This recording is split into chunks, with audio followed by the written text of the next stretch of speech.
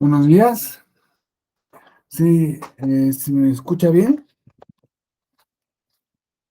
Sí, Alex, adelante. Perfecto. Muchas gracias. Ya vamos buenos días, Yadira. Vamos a dar comienzo a esta clase de epistemología jurídica, pero moderna y moderna. Em, y para el viernes pasado no pudo tener lugar la clase por motivos, digamos, ajémonos a mi voluntad, pero en esta clase vamos a recuperar los conceptos más importantes que debemos exponer en ambas clases. Y para ello, quisiera eh,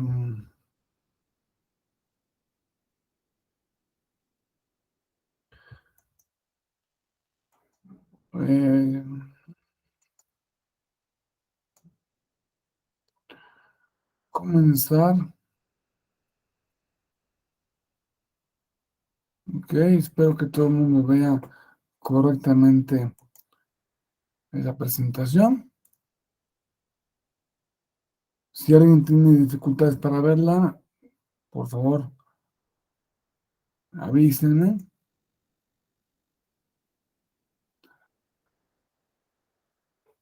Um, Estamos en la clase de epistemología jurídica. Metateórica, bueno, eso vamos a verlo después, qué significa metateórica, pero lo fundamental es premoderno y moderno. Vamos a dar comienzo con una reflexión rápida acerca de una cosa que me imagino que ustedes han jugado muchas veces, y es el ajedrez. El ajedrez es un juego en el cual, para saber cuál es la siguiente jugada correcta,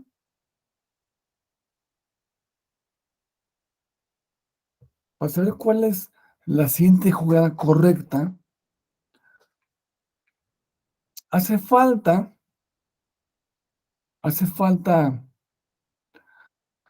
conocer las reglas del ajedrez, cómo se mueven los peones, los alfiles, las torres,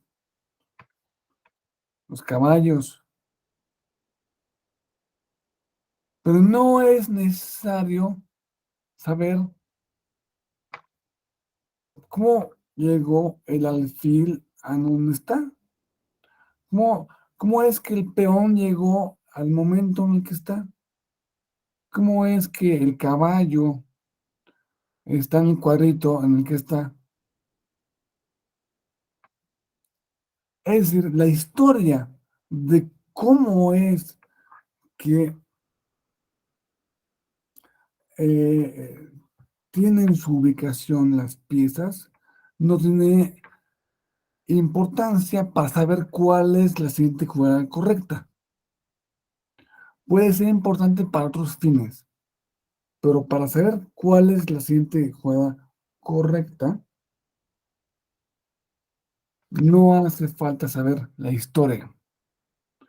Únicamente hace falta conocer la,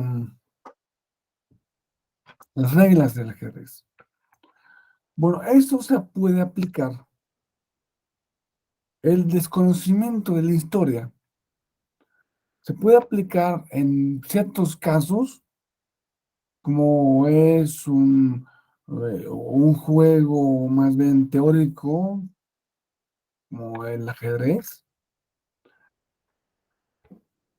pero no sirve para conocer el momento actual y sobre todo si nos referimos al momento humano actual y en general al momento del universo. ¿Por qué la luna está donde está?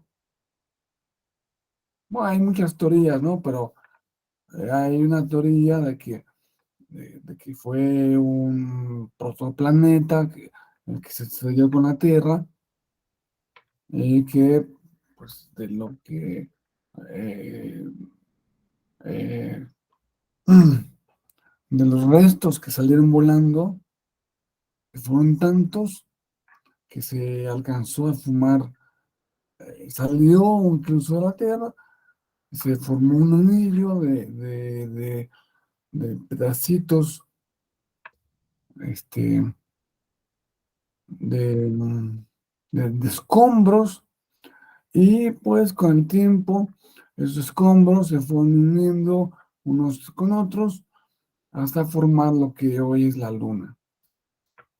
Es una teoría, hasta que se le puso el nombre al planeta, ¿no? Este, y se le puso una fecha y se dijo, ¿cómo es que debió haber impactado? ¿Con qué ángulo? Porque si hubiera sido otro ángulo, en vez de hacer pasar eso, se hubiera destrozado el planeta. Em, eh, este planeta que se estrelló, Selene, que según la madre,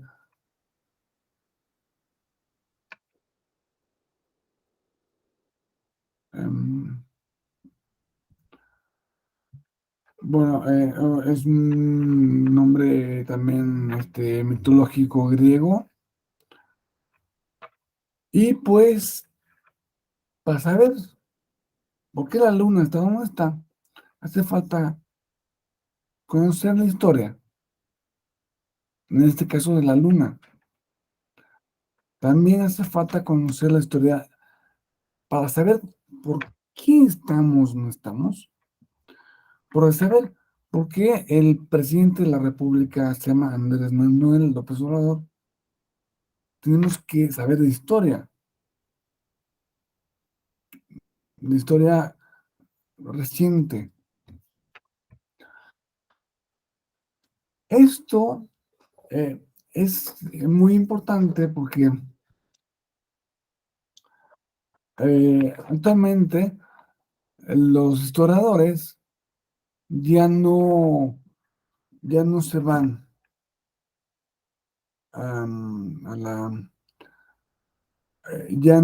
cuando hacen historia, hacen lo que se llama historia, la gran historia.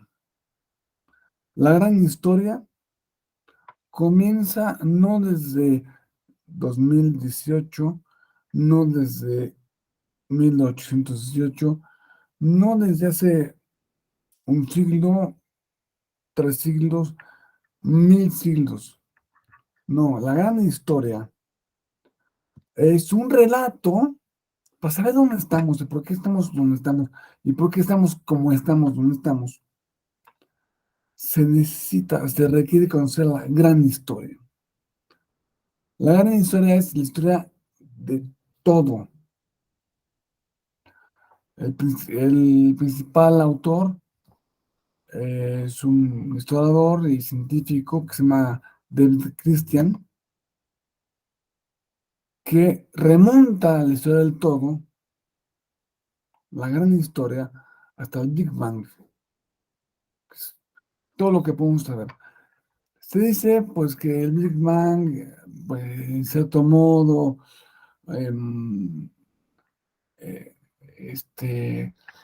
es el principio y que después no había nada, que es absurdo que preguntar qué había antes porque no había tiempo. Bueno, en fin, no vamos a preguntar eso, ¿no? El Big Bang, en todo caso, en todo caso, es nuestro horizonte. Cuando ustedes van a la playa y ven el mar, llega un momento en que ya no ven eh, eh, lo que ven el mar, pues, se cancela y lo que empiezan a ver es el cielo. Ese es el horizonte. El Big Bang actualmente se considera más que un inicio de que después de eh, previo al cual no había nada, como simplemente un horizonte. Pues no podemos decir nada más porque no vemos más allá. Bueno, ese horizonte está fechado en 13.700, 13.800, algunos se van más, tratan de hacer una medición más exacta, tratan de 13.730 millones de años, que son muchísimos. Después del Big Bang, surgieron los átomos, que es inmediato. ¿Qué hace de inmediato? Bueno, o sea, 300 y algo mil años después, nacieron las estrellas, enseguida las galaxias, todas las galaxias, pero cada una fue tomando su forma, como la conocemos ahora, pero no esa galaxia, fue tomando, es fruto de la unión de varias protogalaxias. Y pues nuestra galaxia es algo, no la más grande, pues una galaxia respetable. Y esto empezó a tomar su forma actual hace 10.000 millones de años. Y pues el sistema solar, ustedes comprenderán que nos estamos brincando miles de millones de años de un plumazo, ¿no? O sea, llenar esos miles de millones de años es la labor de los siguientes historiadores científicos que van a completar esa información que falta. El sistema solar, el Sol nació hace unos 5.000 millones de años. La Tierra nació pues, un poco después, unos 4.500 millones de años. La vida, la Tierra, comenzó muy, muy, una edad muy temprana de la Tierra. La vida en la Tierra, en la primera célula, eh, se piensa, se piensa que tiene unos 4.000 millones de años. Si la Tierra se formó hace 4.500 millones de años, pues en solamente 500 millones de años tuvo lugar la vida. Lo que da a pensar muchos, lo que a muchos da origen a creer que hay vida, pues, la vida es tan fácil, ha ocurrido tan fácil aquí, puede haber ocurrido en muchos lados más. Solo estadísticamente, si con el planeta Tierra hay otros millones de millones de millones de millones, pues ha de haber también vida en esos millones de planetas, que, que, que si esa vida es inteligente o no, pues en algunos sí, en otros no. En fin, es una discusión. Este,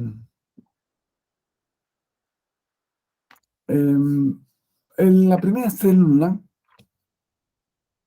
es el antecedente común a todos los seres vivos que hay en este planeta. Por eso se le llama LUCA, que es Last Universal Common Ancestor. Significa LUCA,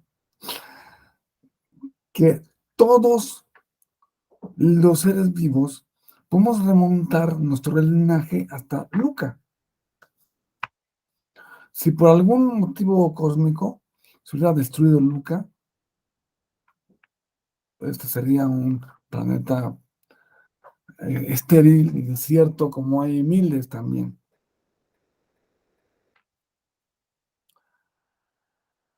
Mucho más recientemente, hace apenas 245 millones de años, tuvieron lugar empezó la era de los dinosaurios.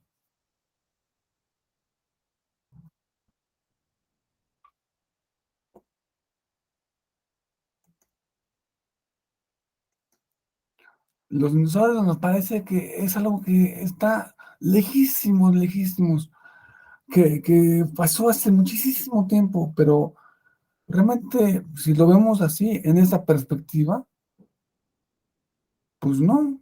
O sea, es una cosa que pasó, no ayer, pero sí la semana pasada, la semana pasada. Y ayer tuvo lugar la llegada del Homo sapiens, de nuestra especie,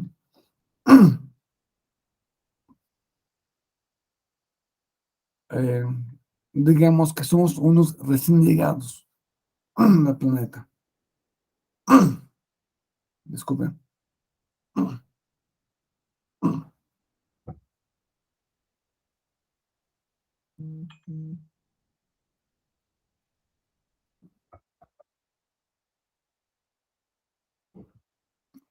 Vamos a hacer zoom, un zoom a esta pequeña partecita. Historia integral de la humanidad. El Homo sapiens nació hace 250 millones de años. Es decir, se han encontrado restos de nuestros antecesores de esa edad, de hace 250.000 hasta 300.000 años.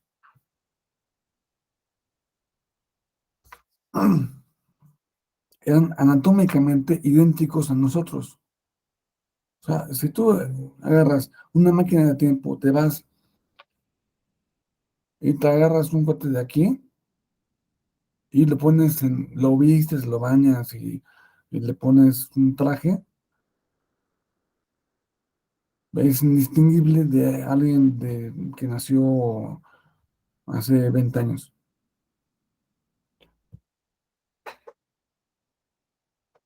Pero el Homo sapiens apenas comenzó a ser lo que somos nosotros cuando llevó a cabo la revolución cognitiva, cuando por motivos evolutivos, por motivos que esto es lo que más conviene, se creó. En esta revolución cognitiva el lenguaje, el arte, la religión, las enterrar a los muertos, las empezaron las expresiones de arte más antiguas, yo creo, las más antiguas fueron los tatuajes, yo creo, porque es lo más inmediato, lo más fácil. Y, y con esto, hace entre 90 y 70 mil años, nació la cultura humana.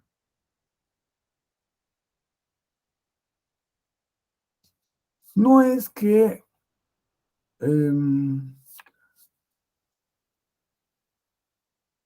podemos ver que cada paso, cada escalón, ¿no? Es de decenas de miles de millones de años o miles de años. Y por eso hoy, en nuestra época, que pensamos que algo que es de los años 80 o 70 ya es muy viejo. Bueno, los años 80 fueron hace 25 años, 30 años. Y pensamos que ya pasó, que ya estamos en otra era. Y el acontecer histórico va pasando día a día, día a día. Lo que se publicó con noticia a las 7 de la mañana, ya es historia vieja a las 11:30 de la mañana. Y en la noche, casi tienes que ir a buscar la hemeroteca. ¿Qué pasó ayer? A ver. ¿Cuándo ayer pasó hace 24 horas? Y pensamos que se ha acelerado la historia, se ha acelerado. Más que la historia, más que la historia, nuestra noción histórica, en nuestra percepción de la velocidad. Y esto, en gran parte, es culpa de la modernidad. Es culpa, o bueno, dicen que es culpa, la palabra culpa se refiere a algo malo, ¿no? Cuando haces algo malo, es tu culpa. El que, el que se va a la cárcel es porque se demostró que era el culpable. Ahora que cuando digo que la noción de velocidad del tiempo se ha acelerado por culpa de la modernidad, quiere, bueno, no es que yo esté diciendo que la noción del tiempo que tenían nuestros antepasados hace 80,000 años era mejor que la nuestra, ¿no? O la noción de los romanos, fíjense, el imperio romano, que ya es un imperio que es que casi de antayer, ¿no? Es una cosa que pasó hace muy poco tiempo, hace apenas 2000 años. Si pasaba algo en la Galia, en Francia, la noticia llegaba a Roma a la velocidad de un caballo. ¿Qué tan rápido es un caballo? Pues, no sé, 40, 50 por hora, ¿no? Con muchas pausas. Y después de, no sé, una semana, se enteraban en Roma de qué es lo que estaba pasando en la Galia. Y no, tenemos que mandar un ejército. armaban el ejército y lo mandaban a la Galia, ¿no? Llegaba 2 meses después. Aquí las comunicaciones llegan a la velocidad de la luz. Y pues también las instrucciones. Pónganse a pensar, las máquinas estas con inteligencia artificial que están entrenadas para jugar o cotizar o especular en la bolsa de valores. Ahora compro, ahora vendo. Bueno, ahora compro mucho, mucho. Ahora vendo todo. Bueno, a lo mejor hacen en un minuto lo que uno como ser humano normal haría no sé, en 3 días, ¿no? En fin, pero no hay que perder de vista nuestro, nuestro origen. Nuestro origen, cuando hablamos del Homo sapiens, estamos hablando de esta partecita, esta partecita. Nosotros somos nuestros antecesores, ¿no? El Homo rhodesensis, luego el Homo antecesor, que a su vez fue antecesor de los neandertales. Y atrás tenemos, pero, a ver, estamos hablando de 1 millón, un poco menos de 1 millón de años. Detrás tenemos al Homo ergaster, que también fue de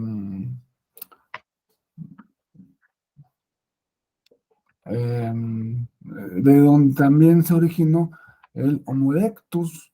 Pensamos que el Homo erectus es nuestro antecedente, pero no, es nuestro primo, nuestro hermano, vaya, o el hombre de las flores. 2 millones de años tenemos bueno, si te vas 2 millones eh,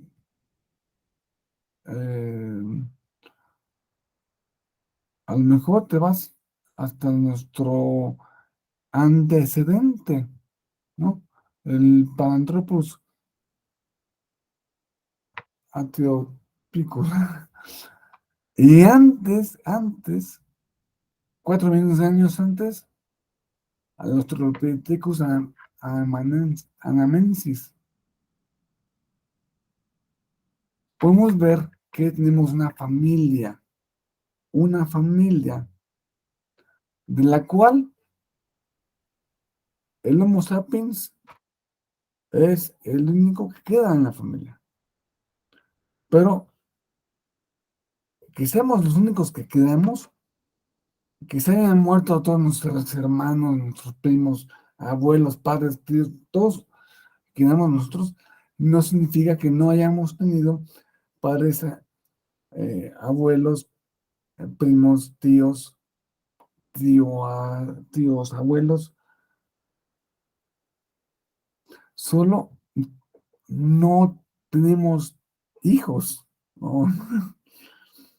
¿Quién sabe qué va a pasar con el Homo sapiens después? ¿En qué se convertirá? Si saldrá la misma o se va a dividir en dos especies. No sé, pues si atendemos a la historia, el Homo sapiens va a dar lugar a, a dos o tres o cuatro especies, no sé, distintas. Pero eso es especulación y no nos vamos a detener en ello. Vamos a ver una foto de nuestra familia. Una foto de nuestra familia. Nos ve aquí nuestro bisabuelo, el Australopithecus anamensis, el Homo habilis, nuestro primo, No, el Homo erectus, nuestro primo, mm, este es nuestro hermano, primo, este es primo, primo segundo, tercero, o es más bien tío abuelo. Este claramente Neandertal es nuestro hermano, tal cual. El Homo rolostensis y el Australopithecus huense. Los que se llaman Australopithecus es porque son mucho más antiguos. Bueno, ya habiendo visto la, la historia de la cultura humana, la historia de la familia humana, vamos a regresar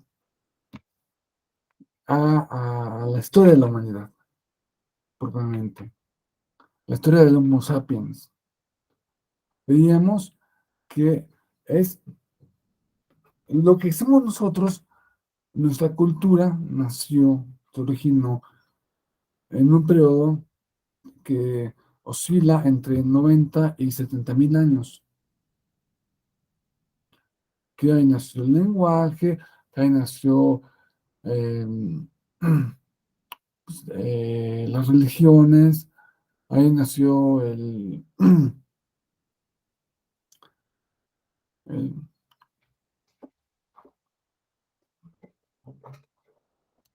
ahí nacieron uno de los primeros aspectos más primitivos de nuestra sociabilidad.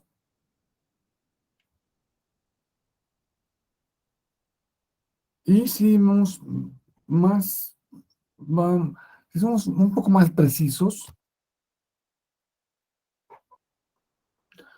vamos a distinguir entre la historia y la prehistoria. La historia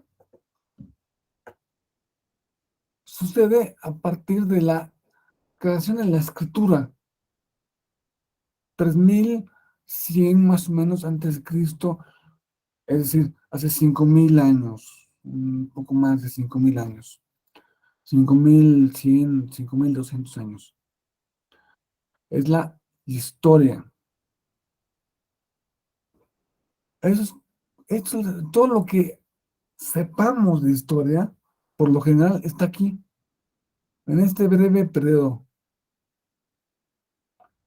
entre esto que les digo, la creación de la escritura y hoy. Y antes se llamaba Neolítico. Neolítico es un periodo que va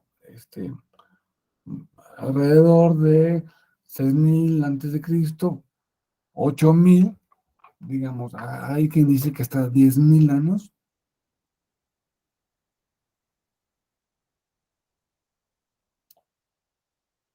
10.000 años hasta la creación de la escritura. Y todo esto para allá es el Paleolítico.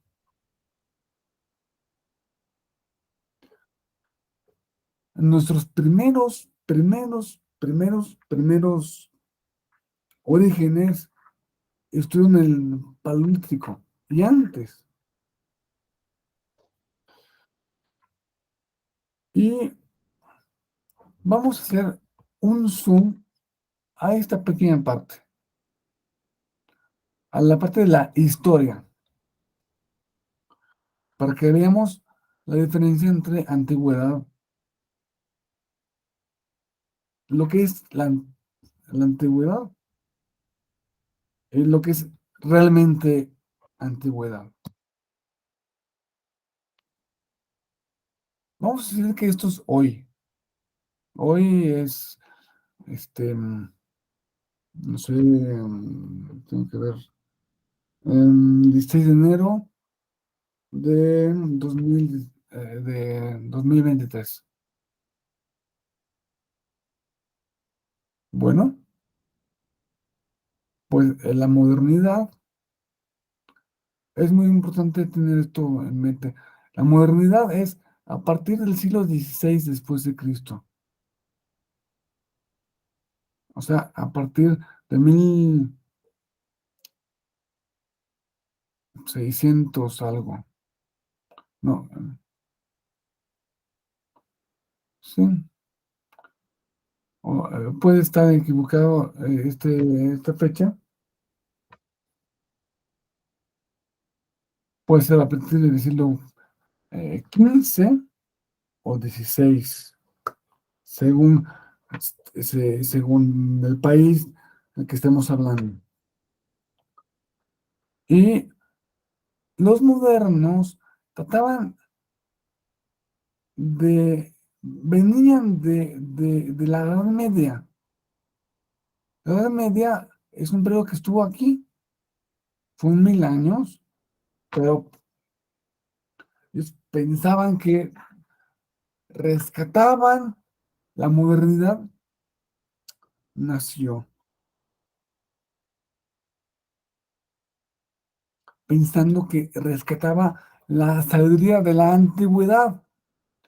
La antigüedad pensaban los romanos, los griegos,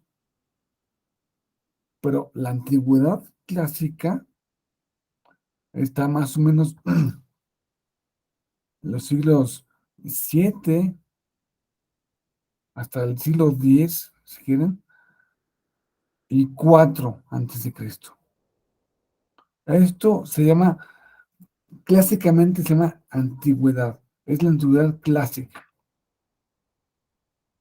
Pero ven, antes de la antigüedad clásica, todo lo que no hubo, muchísimo.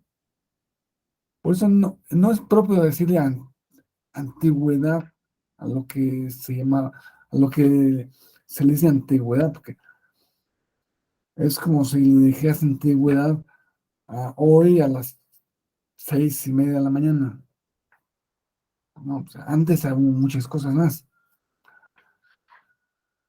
Simplemente los 10 mandamientos, la parte de la Biblia, 1450 antes de Cristo, Código Hammurabi, 1750 antes de Cristo, y vamos, oh, la escritura, 3100 antes de Cristo. Entonces podemos ver que se van achicando nuestros espacios de tiempo y la modernidad tiene una fecha de comienzo. Y la fecha coincide con una época histórica que es muy conocida por ustedes, que se llama Renacimiento. En el Renacimiento se trató de regresar aquellos saberes de la antigüedad.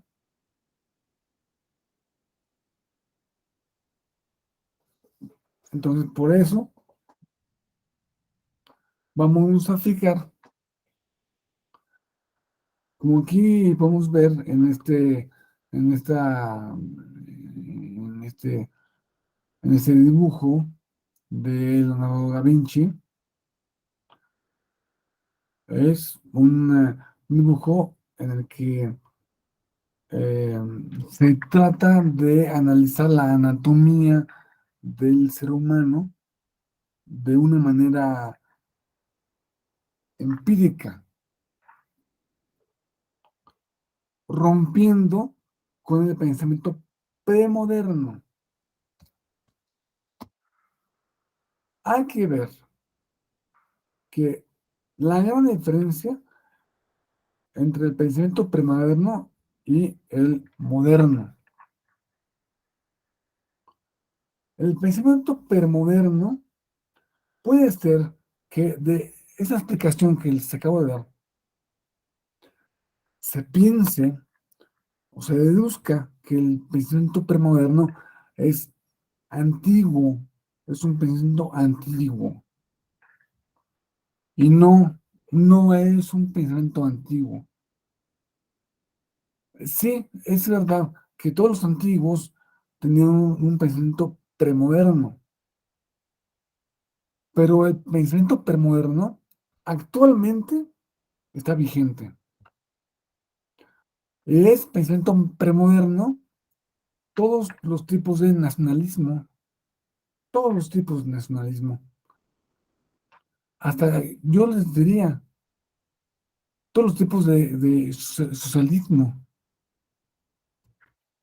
el comunismo en sí mismo, que se vende como ciencia, como algo moderno,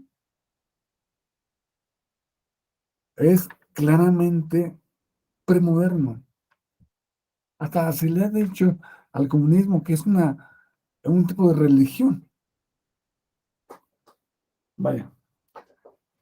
Pues, y eso es nuestra cultura occidental en la que vivimos. Aunque vivimos en México, en América Latina, somos parte de la cultura occidental, porque hablamos un idioma occidental, tenemos una religión occidental, tenemos un pasado cultural plenamente occidental. Cuando estudiamos historia del derecho, no vamos a pensar, nunca estudiamos historia del derecho musulmán, la Sharia, pues, está, es algo totalmente eh, fuera de lugar, ¿no? Nunca pensamos en el derecho como lo viven en India o en China, porque pues son países que son muy exóticos para nosotros. Con lo que nos podemos comparar es con la historia, por ejemplo, de las instituciones jurídicas, no solo del resto de la América Latina, sino de Francia, de España, de Italia, de Alemania. Tenemos mucho pasado jurídico que compartimos con el common law. En fin, entonces, el pensamiento premoderno no es un pensamiento antiguo, es una manera de ver el mundo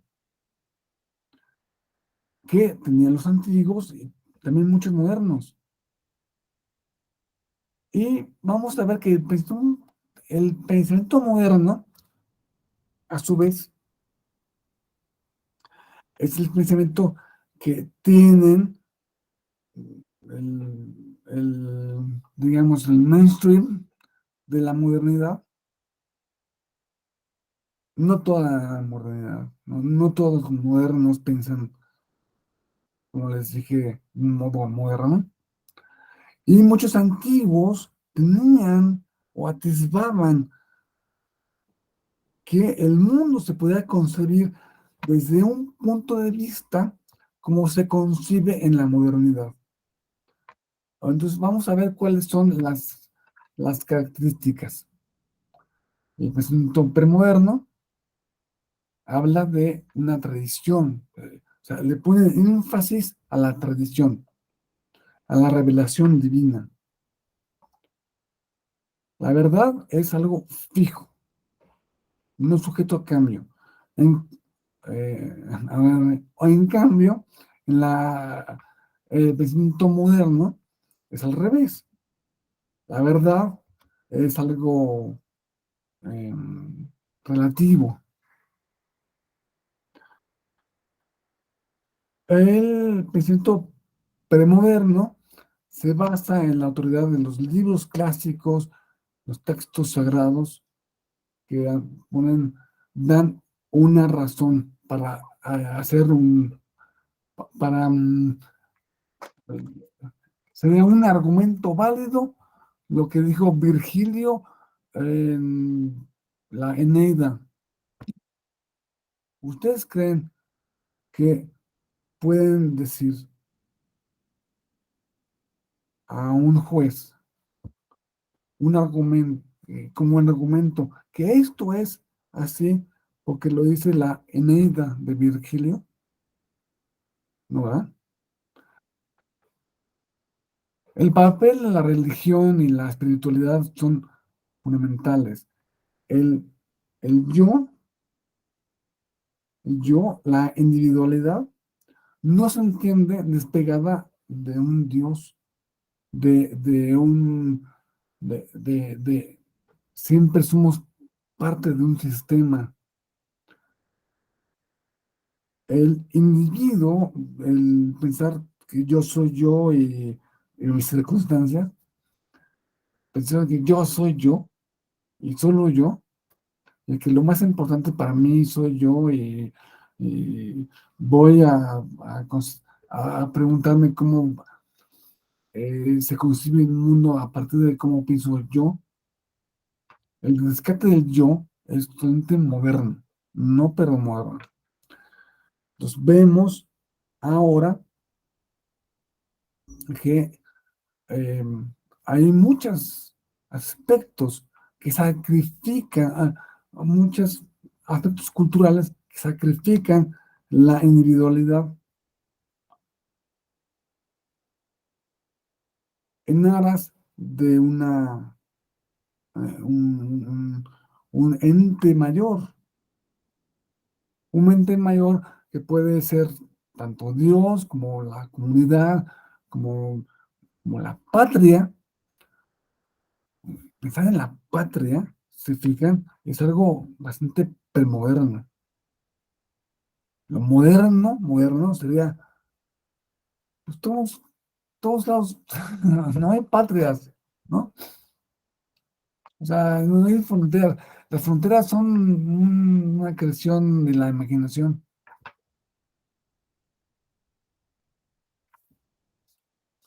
El pensamiento premoderno también se enfoca en lo que les decía, en la estabilidad. Dudan de cualquier cambio. Si algo fue bueno los últimos 500 años, ¿por qué va a dejar de ser bueno? Dime por qué. Si lleva 500 años siendo bueno, el cambio.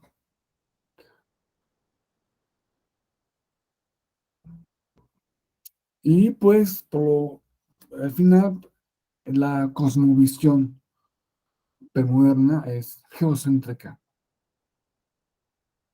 El, la Tierra es el centro del universo, es el centro del sistema solar, es el centro del cosmos, y el ser humano es el centro de la Tierra. China, que se significa algo así como el país en medio, del país en medio, o sea, nosotros estamos en medio, es, nosotros somos como el origen de todo, es proviene eso de un pensamiento totalmente premoderno. El nacionalismo, no es que los catalanes somos diferentes, distintos a los españoles, porque hablamos español, nos llamamos Javier, nos apellidamos González, pero somos muy distintos a los españoles porque,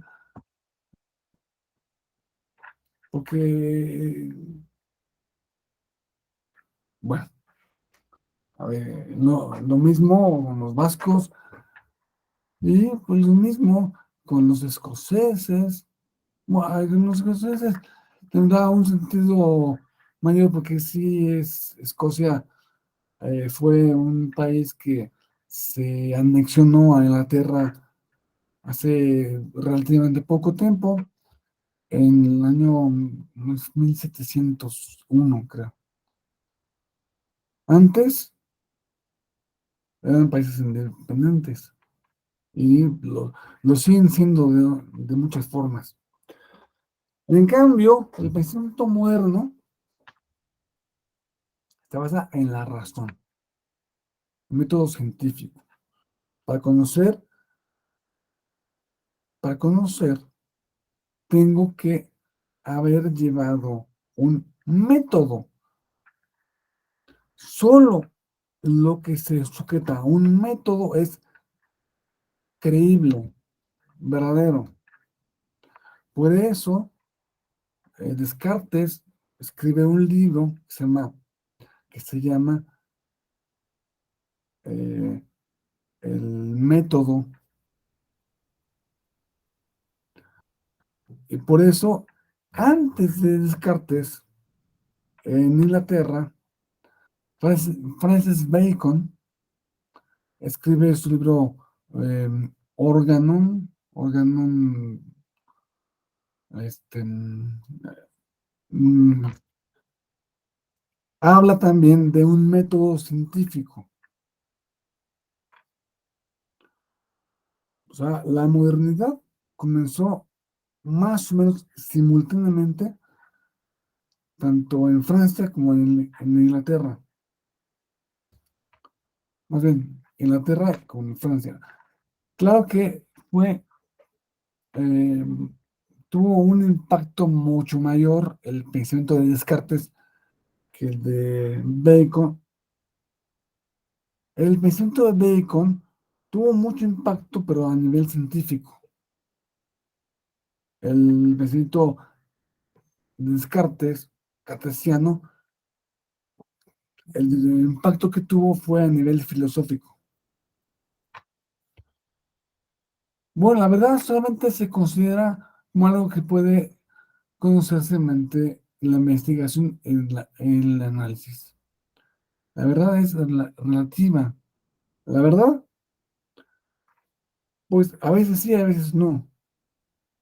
Si nos da tiempo, veremos los conceptos de las diferencias de verdad y veremos que actualmente nadie cree, o, más bien, poca gente recoge la idea, la noción de verdad que nos dio Aristóteles, que es la noción clásica y que sigue vigente en algunos sentidos que eh, luego, si tenemos tiempo, les explico.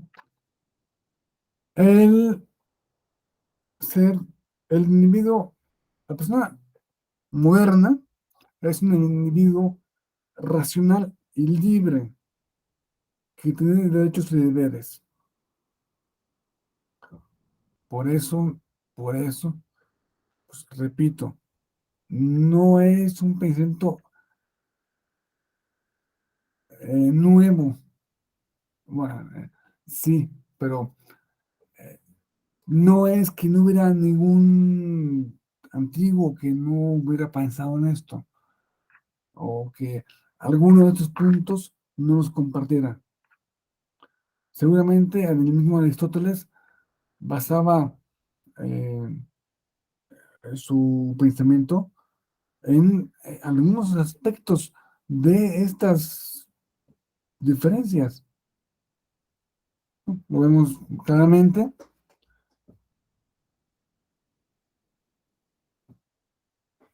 En el último, el conocimiento se basa en la observación y la experimentación.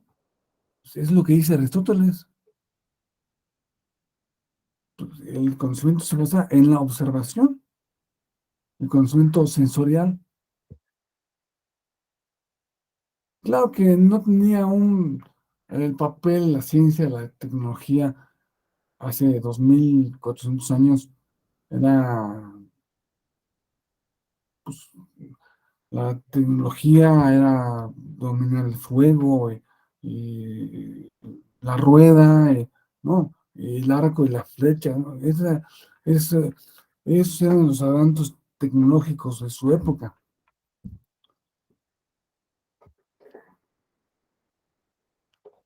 Pero en esta época, en la época de Aristóteles, sí había doctores, sí había quienes analizaban el cuerpo de las personas y decían, ah, tú te hace falta esta medicina. Esta medicina era una infusión de alguna hierba, una planta que puede ser en una de esas curaba o no curaba al enfermo, ¿no? Entonces, el pensamiento moderno, hipermoderno, no es antiguo y nuevo y antiguo. Son modelos de pensamientos, maneras de ver las cosas.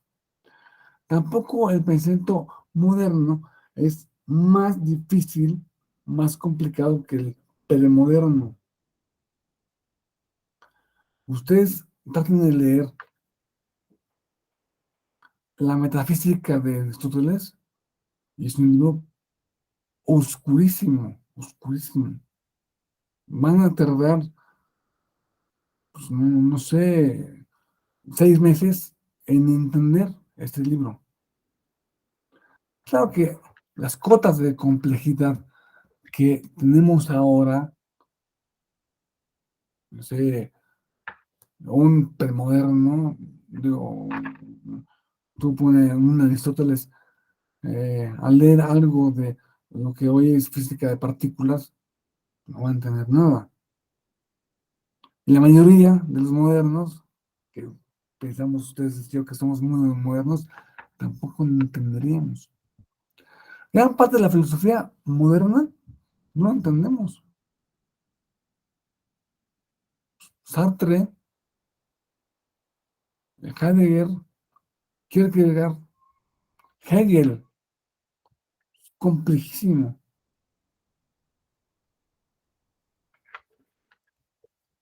Entonces, sí es lo moderno, puede ser más complejo que lo premoderno, pero en fin. Pero es importante fijarnos en este punto, en el del medio, en el tercero. El individuo es racional y libre, con derechos y deberes. Y el siguiente, la igualdad y la libertad. Son la base de, del pensamiento democrático. Por eso el pensamiento democrático es total y absolutamente moderno. Si ustedes y yo creemos que, que es buena la democracia, es únicamente porque tenemos un pensamiento claramente moderno. Bueno, aquí vamos a hacer una pausa. Vamos a hacer una pequeña pausa de, de, mm, de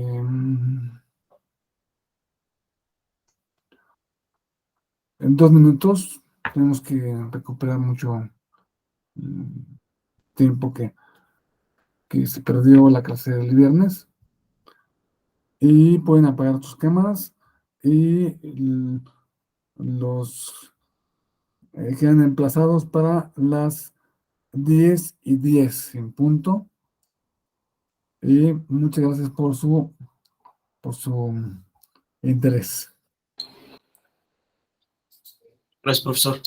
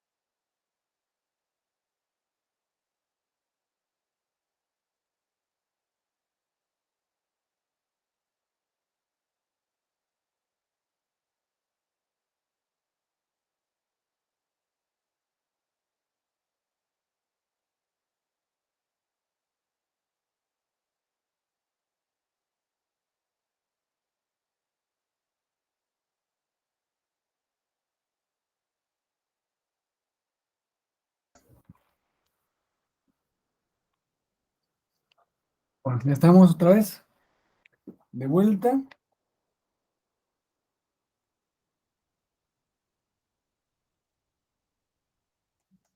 Muy bien.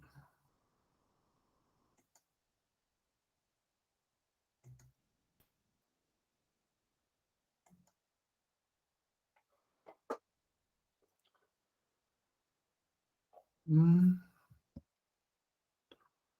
De nuevo les pido que si tienen algún problema para ver la presentación, que me lo hagan saber para arreglar enseguida en lo que se pueda este problema. Estamos viendo las características del pensamiento moderno y pues que no es probablemente antiguo, no es nuevo, sino que es un tipo de pensamiento que se basa mucho en la universalidad, en pensar, reflexionar, concebir al ser humano desde un punto de vista científico. Bueno, aquí hemos de preguntarnos, pasemos ya habiendo visto las diferencias entre pensamiento moderno y premoderno, vamos a estudiar lo que es propiamente la epistemología. Epistemología viene de episteme y logos. Episteme, conocimiento, y logos, es razón, ¿no? O con los, este, saber del conocimiento, pensamiento sobre la ciencia, ciencia de la ciencia, conocimiento del conocimiento. No es una mala expresión. ¿Cómo conocemos? Vamos a conocer cómo es que conocemos. Y eso ha sido motivo de gran parte de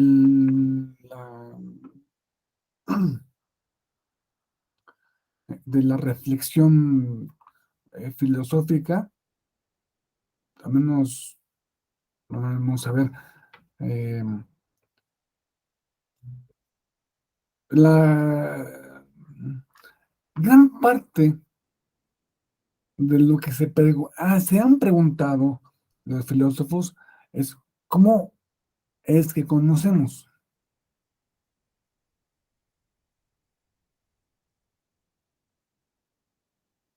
Epistemología es una ciencia formal, puramente esquemática. No se refiere a cómo conoces la manzana o cómo conoces esta silla. No, ¿cómo conoces? Cualquier cosa que conozcas, ¿cómo la conoces? Esa es la epistemología en general. Por lo tanto, se puede entender que tiene unas derivaciones muy particulares, y que estamos hablando de que epistemología pues, puede tener muchos apellidos. Ahora vamos a hablar de epistemología jurídica. ¿Qué es la epistemología jurídica? Es el conocimiento, es cómo conocemos tres cosas. Uno, las disposiciones normativas, que es lo que ustedes leen, lo que le dicen ley. Ustedes leen la ley, pues ustedes no están leyendo la ley, están leyendo disposiciones normativas, están leyendo algo que intenta ser ley,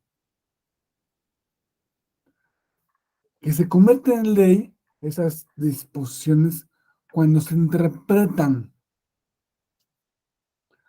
se convierten en normas.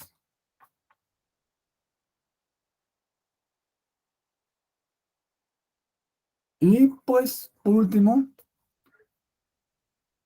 ¿cómo se conoce cuál norma es éticamente buena y cuál es éticamente mala y cuál es éticamente indiferente? La epistemología jurídica nos acerca al conocimiento de todo esto. Por eso es importantísima.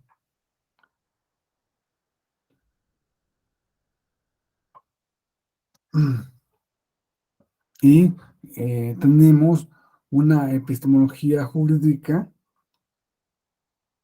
según el pensamiento premoderno y otra que, que, que es propia del pensamiento moderno.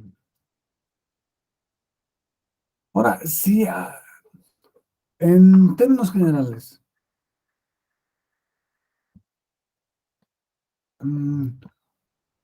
si buscamos esquematizar los tipos de teorías que se han utilizado para estudiar los fenómenos jurídicos, vemos que se pueden dividir en cuatro, ¿no? Las metafísicas ontológicas, esos sí son antiguos, Platón, Aristóteles, Santo Tomás de Aquino, pero también modernos, Kenny, David, como se pronuncia, Maritain, Granfeld, que son del siglo XX, son pensadores del siglo XX.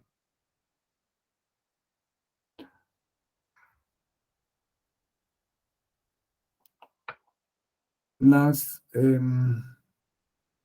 metafísicas racionales, con los racionalistas enfrente, ¿no? Descartes, Spinoza, Malebranche, Leibniz, Kant, eh, ahí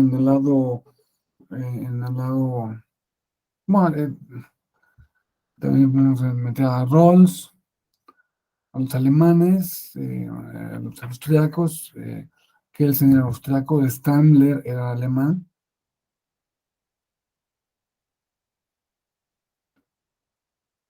Em,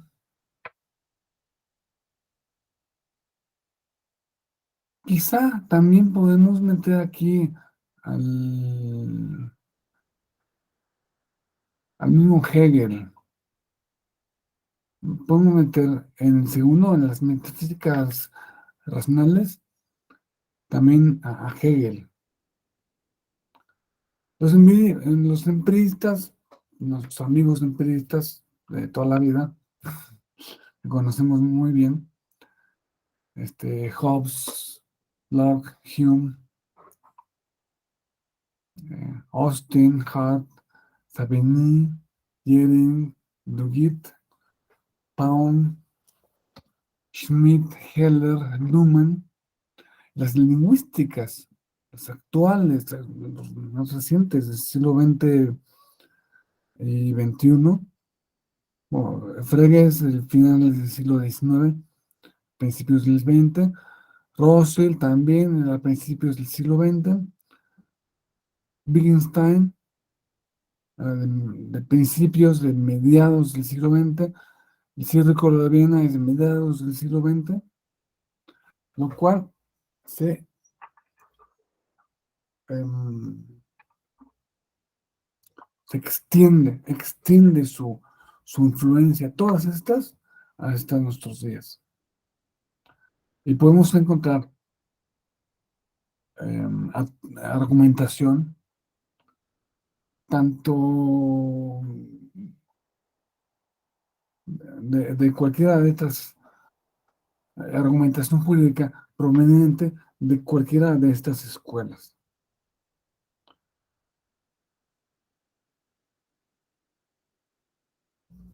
Em, Según la primera, las metafísicas ontológicas, el universo es cognoscible. Tú puedes entender y conocer el universo. No es un misterio del universo. Tú puedes llegar a una verdad que luego, si nos da tiempo, veremos un esquema de la verdad, que la verdad como algo fijo. En el derecho, es la verdad como algo fijo, es un sentido clásico. Y el sentido clásico, bueno, más bien, el sentido jurídico es el sentido clásico de la verdad, ¿no? Donde la esencia del conocimiento está fuera de la relación sujeto-objeto. Este, la,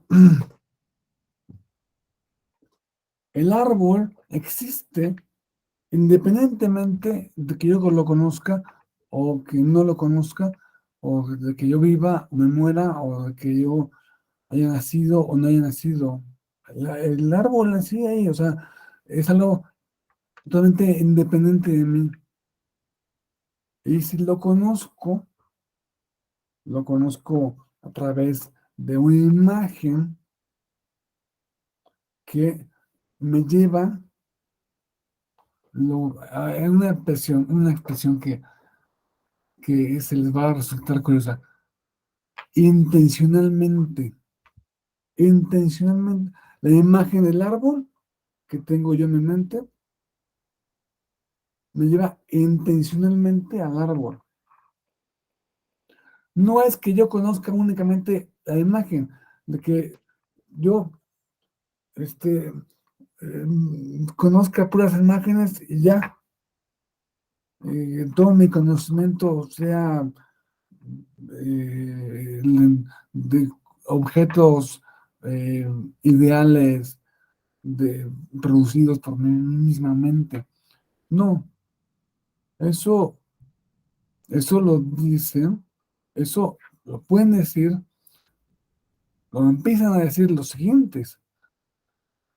Las metafísica, las explicaciones metafísicas racionales,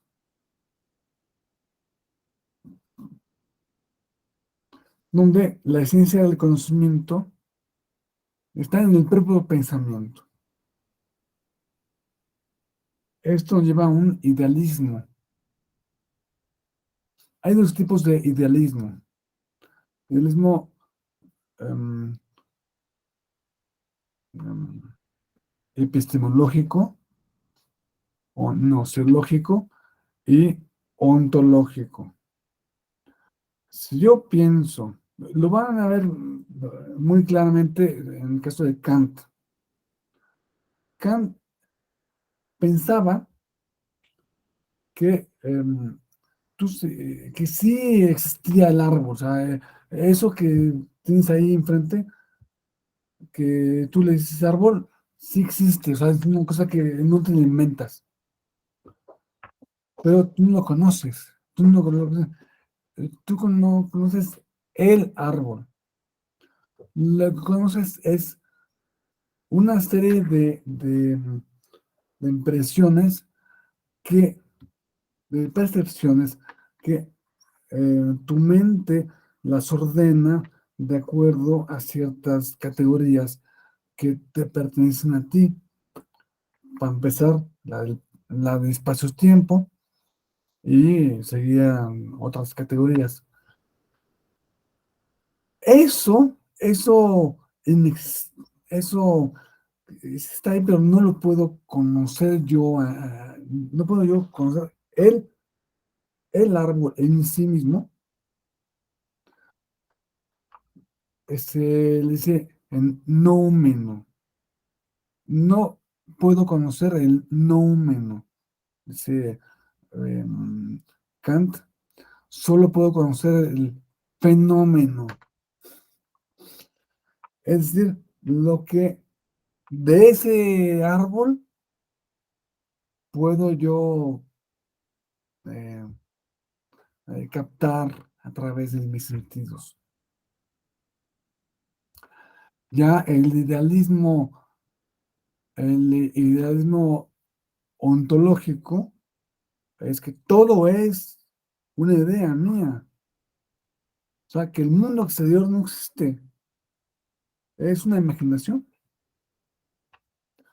Es algo que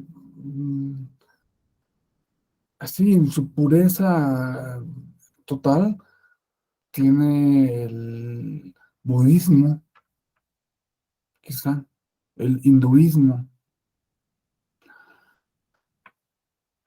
En cierto sentido, se acerca el idealismo de un Hegel, de, de un Fichte.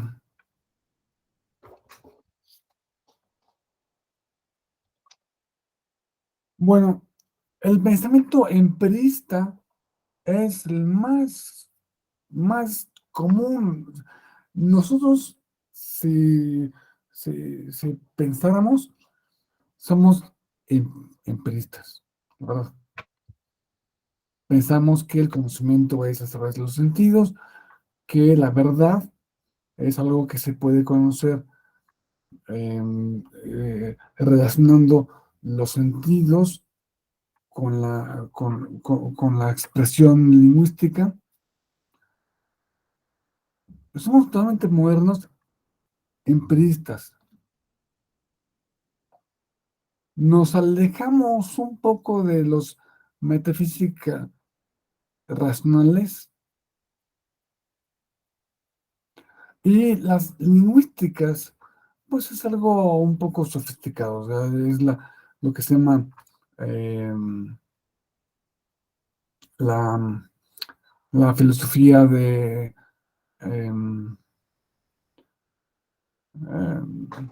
analítica, la filosofía analítica que tiene su alto grado de complejidad y la verdad es que ninguno de nosotros somos analíticos, ¿no? Pero la filosofía analítica acaba pensando, como piensa este,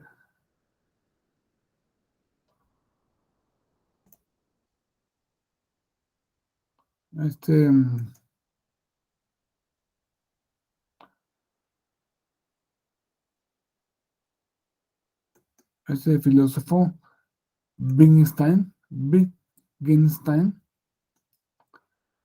que es quizá el filósofo más importante del siglo XX. Y aquí me gustaría hacer una pequeña aclaración. Tenemos personas que se le puede llamar filósofos, que el primer filósofo sería realmente Sócrates. En realidad, el primero fue Platón. tenemos intelectuales, gente que sabe, que tiene mucha cultura, que maneja historia, que maneja, que podemos decir que son intelectuales, pero tenemos otros que son realmente filósofos, pero filósofos en un grado superior. Los filósofos en ese grado, aquí tenemos a varios, a Platón, a Aristóteles, a Tomás de Aquino, a Spinoza, a Hume, a Wittgenstein, nos faltaría Hegel, nos faltaría Nietzsche, nos faltaría Derrida. No solo son filósofos, no son intelectuales, son filósofos en grado que podemos llamarle em, superior, son realmente sabios, sumamente sabios.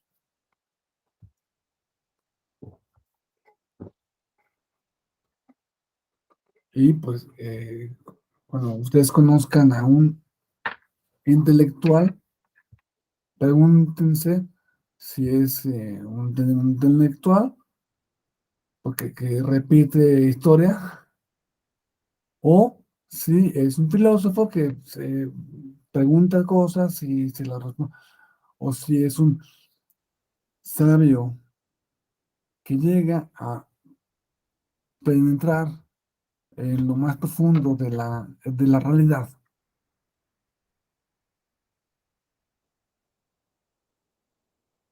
Bueno, no nos despeguemos, no estamos hablando de filosofía, estamos hablando de derecho. Vamos a ver el origen de la reflexión sobre el derecho. Las primeras organizaciones humanas, el derecho, ¿de dónde viene? La ley, ¿de dónde viene? De la religión. Incluso esto, creo que podemos decir que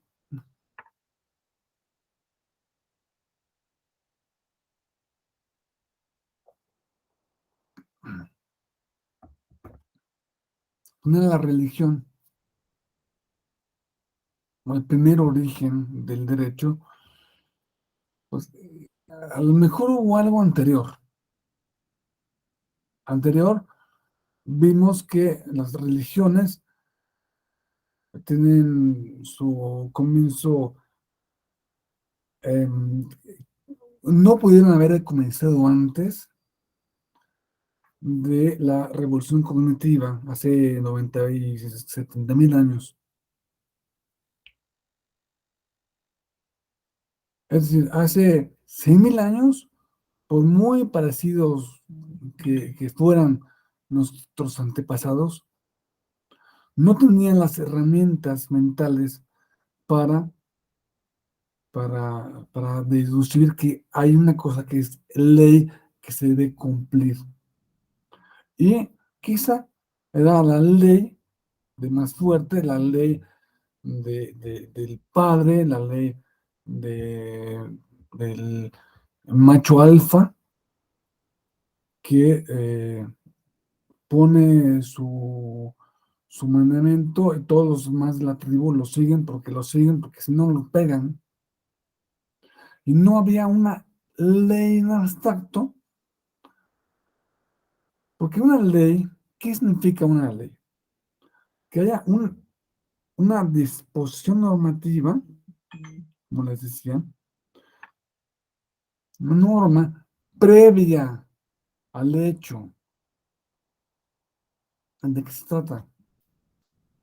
O sea, un conjunto de de, de hipótesis normativas que tienen una correspondiente consecuencia jurídica. Eso es una ley. Y sí creo que a lo mejor hace 100,000 años, 80,000 años, no, hace 130,000 años, no había eso, porque le faltaba todavía a nuestros antepasados eh, formar la concepción abstracta de, de la descripción de una conducta con una consecuencia, ¿sí? Y que eso se aplique en otros casos. A lo mejor antes probablemente no vea ley, porque ley era la voluntad de lo que se le ocurría en ese momento al poderoso, ¿ya? Y a lo mejor comenzó a ver ley con esas distinciones, con estas particularidades racionales, es decir, con esto, eh, con este eh, armado abstracto a partir de la creencia en algún Dios que sí, se me creo que si un Dios dice algo, no lo dice para el momento, únicamente para el momento presente, lo dice para todos los casos iguales que se presenten en el futuro. Entonces, claro, la primera eh, fuente del derecho fue religiosa. Entonces tenemos el código de Hammurabi. El código de Hammurabi, que lo tenemos aquí está esta foto, podemos ver claramente, este es aquí a nuestra izquierda está Hammurabi, y aquí a la derecha, sentado en su trono, está un dios, que si no me equivoco es Shamash, o como se pronuncia, y que em, Shamash le dictó las leyes, las tablas de la ley que están aquí abajo. Esto es mucho más grande. Esto es como la punta del iceberg. Es una piedra mucho más grande, como de 10 veces más grande. Y en esta piedra están escritas las leyes del código de Hammurabi. El código de Hammurabi es uno de tantos códigos que hubo en esa época, entre 1550, 1800, 2000 antes de Cristo, 1600, en fin. Eso se reflejó en las tablas mosaicas de la ley, de como vimos fue hace unos 450 años.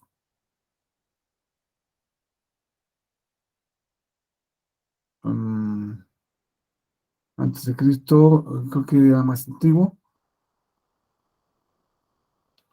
El hecho es que Dios da la ley, y Dios da la ley no a cualquiera, al gobernante, al jefe, al rey, al profeta, a Moisés, al líder de, de- de- de- de-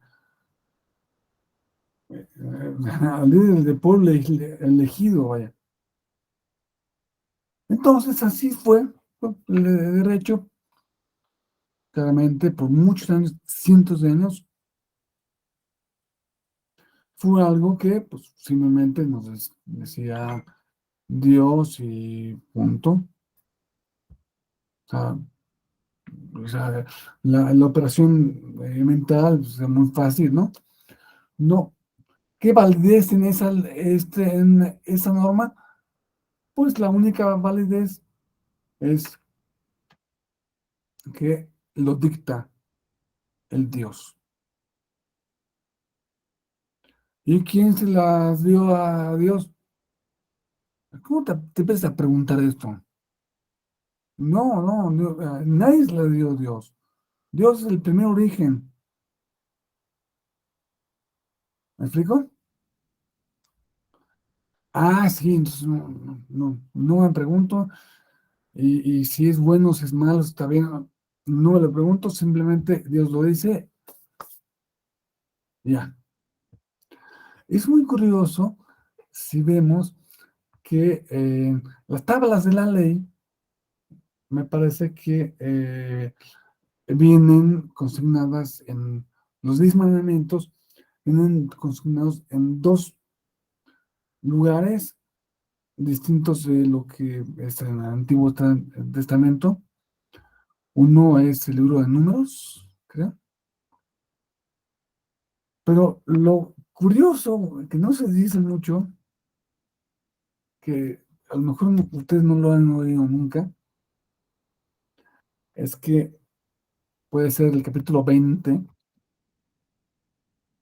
las eh, amarás a Dios sobre todas las cosas, no jurarás en nombre de los demás, no matarás, no robarás.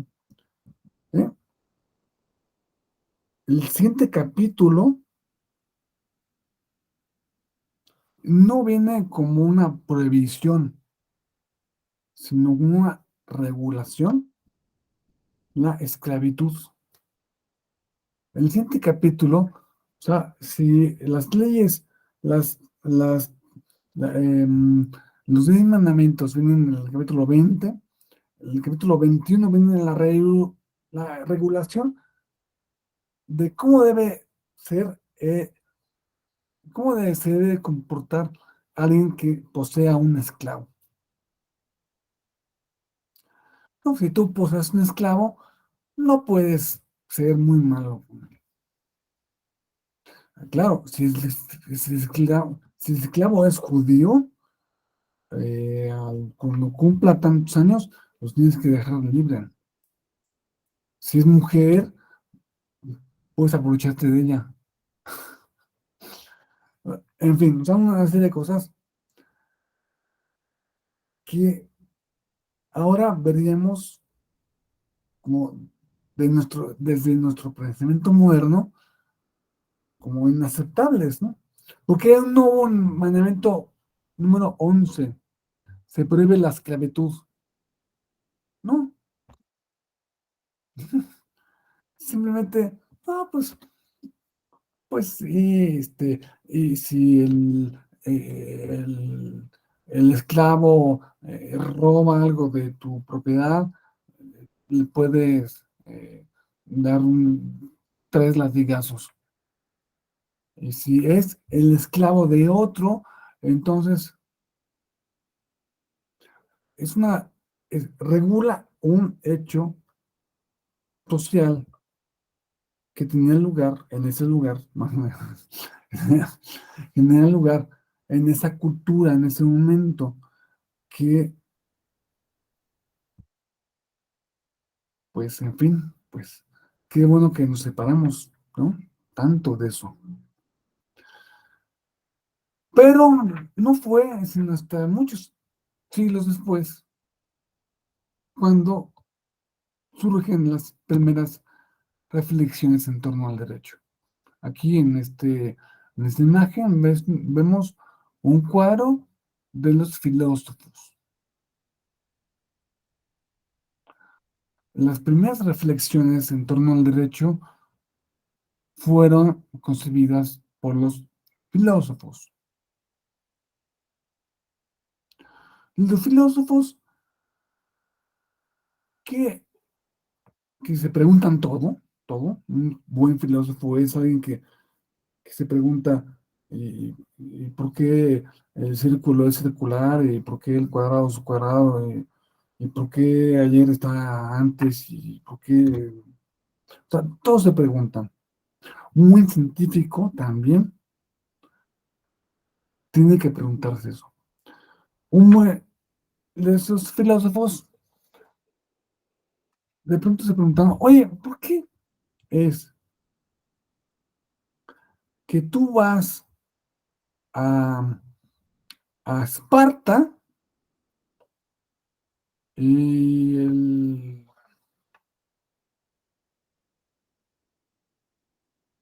eh, pasar a no sé, no sé qué lugar,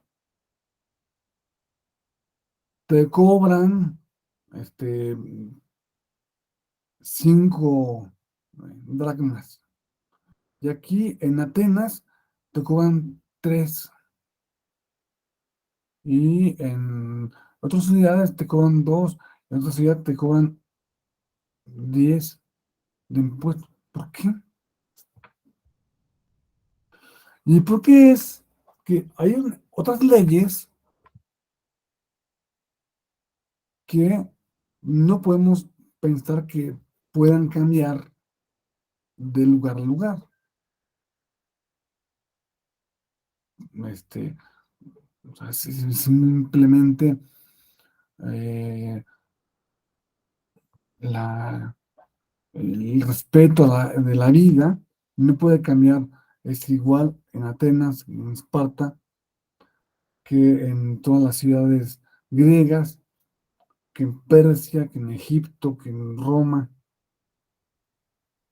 Entonces, hay dos tipos de leyes. Se dan cuenta de que hay una ley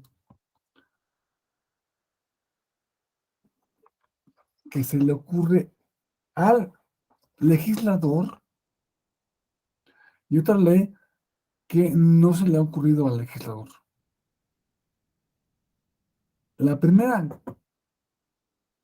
que no se le ha ocurrido al legislador es physis. Viene de physis. Physis significa naturaleza. De ahí viene, por cierto, la palabra física, físico, lo natural, lo que hay ahí afuera, lo que me encuentro, con lo que me topo. Y eso contrario a nomos, realmente es la norma que pone el legislador, que se cobra más impuestos en Atenas que en Esparta. Es algo que se le ocurrió es una ocurrencia del legislador, como ahora mismo. ¿Por qué tenemos que circular por la derecha y no por la izquierda? Pues es algo que se le ocurrió a alguien. Puede ser al revés.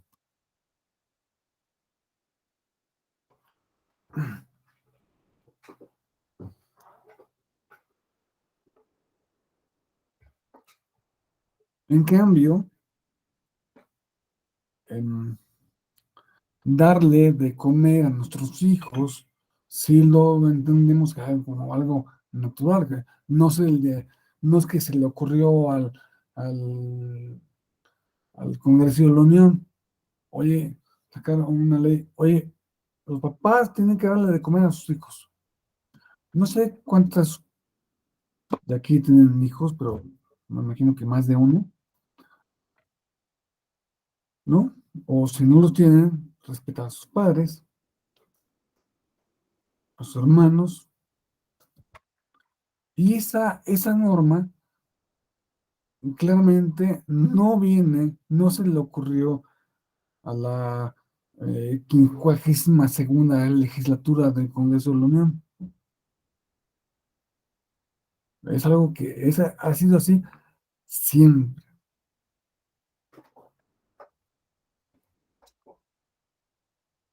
Entonces, los conceptos de ley natural,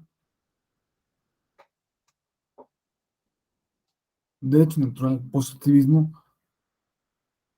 y uso positivismo son conceptos, a ver, que tienen muchos significados, positivo y positivismo, y positivismo, son eh, conceptos que en general pueden encontrar otros significados, pero en la filosofía de derecho tiene un significado muy especial, muy, muy específico.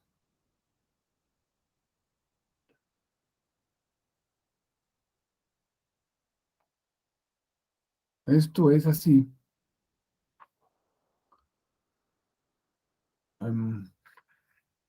Esto es así. Nos damos cuenta de la importancia de la verdad. Ya hemos hablado en otras ocasiones de lo que es la verdad. La verdad para el derecho es fundamental. No se puede entender el derecho sin la verdad, porque si no hubiera verdad, o si dijéramos que la verdad es relativa o no existe, estamos diciendo que las leyes son pura poesía o un cuento de hadas que no tiene aplicación en el mundo real. Y para hacer la aplicación en el mundo real, tenemos que ver si la norma eh, se, se, se, se compagina, es, si la realidad se puede subsumir a esa norma.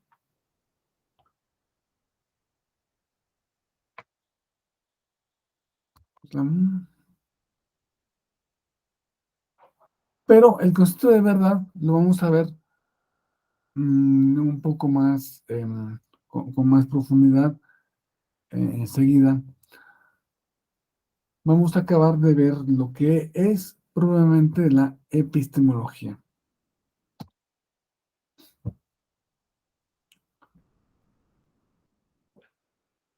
Esta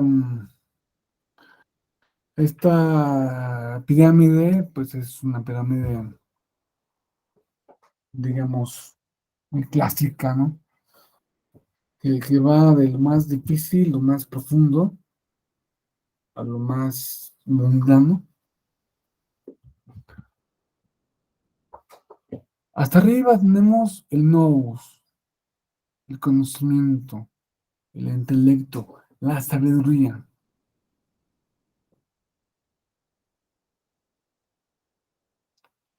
El nous es tanto el conocimiento, intelecto o sabiduría como ciencia o método.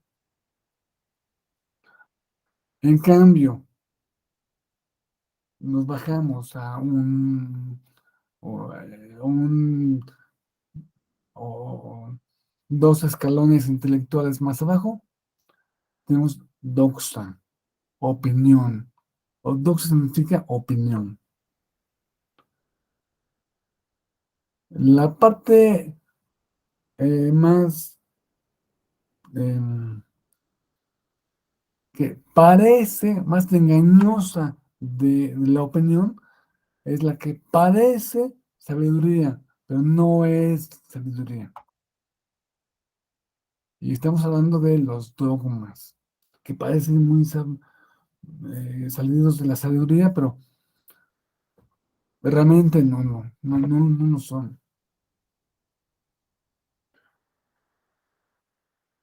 Y pues lo más mundano de la doxa está en el nivel de la imaginación, la conjetura.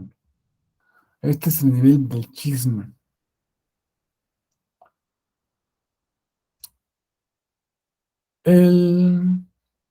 La filosofía comenzó preocupándose por el ser.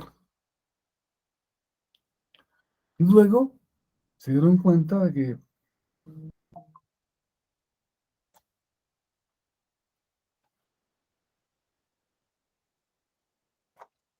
pues a lo mejor lo que yo digo es que es el ser, pues a lo mejor no es así. Entonces, no. Vamos a eh, no hablar del ser, sino de nuestro modo de pensar.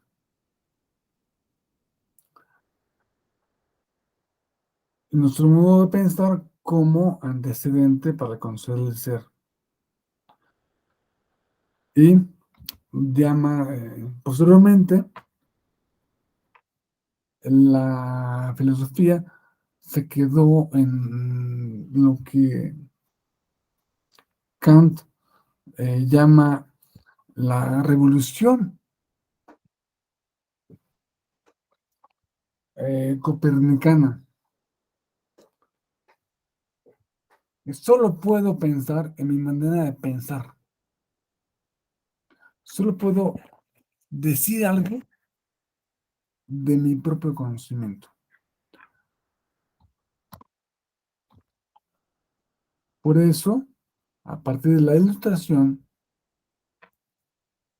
que es en la ilustración, podemos decir que fue el culmen, la cima de la modernidad. La epistemología ocupa un lugar fundamental en la filosofía occidental.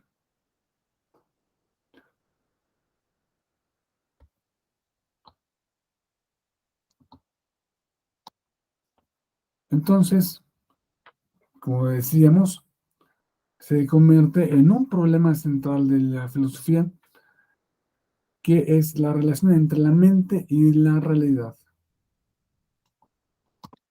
Veamos en el caso del árbol.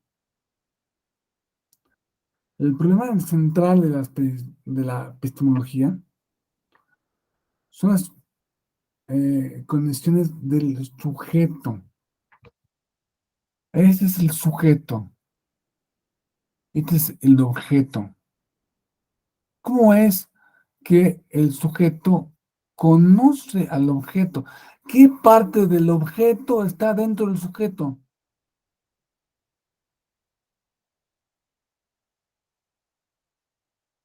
¿El sujeto le robó algo al objeto al conocerlo? ¿Sí? ¿No? ¿Y qué es lo que está aquí? ¿Es un arbolito? ¿Es un... es una foto del árbol? Yo les puedo decir que sea lo que sea que está aquí adentro, no es una foto del árbol. Se parece más a unas interconexiones neuronales que, eh, que es lo que se intenta y se ha intentado responder la epistemología desde siempre y con su derivación a la parte jurídica. Por eso, en la epistemología jurídica,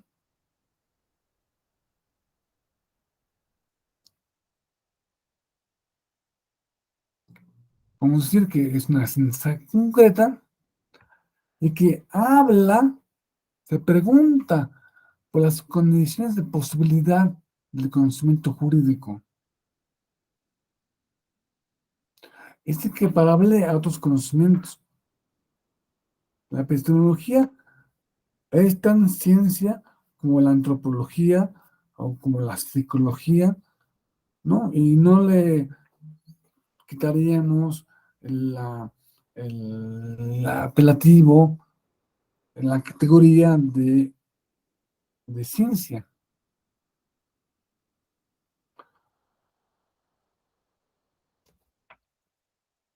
que se refiere, como vimos antes, a las normas, a las disposiciones normativas y a la reflexión sobre las normas. Bueno, pues con esto, obviamente que es el curso, pues da para mucho más, pero esto es lo fundamental y esencial. Y quisiera abrir las preguntas y respuestas, a ver si alguien tiene una duda, alguna inquietud, algún reclamo, alguna corrección de algo que se dijo de modo incorrecto.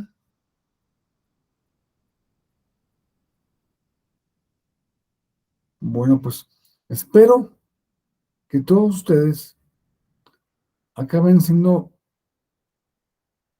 juristas, grandes juristas. Todas y todos ustedes lleguen a ser, a llegar no solo a nivel de jurista intelectual, sino a nivel de sabia o sabio, que es la máxima aspiración que puede tener, a mi juicio, una mente humana. Pues muchas gracias.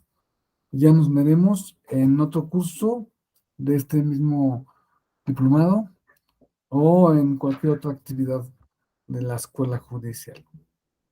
Muchas gracias. Gracias, profesor. Que estén bien, gracias, doctor. Hasta luego. Les voy a dejar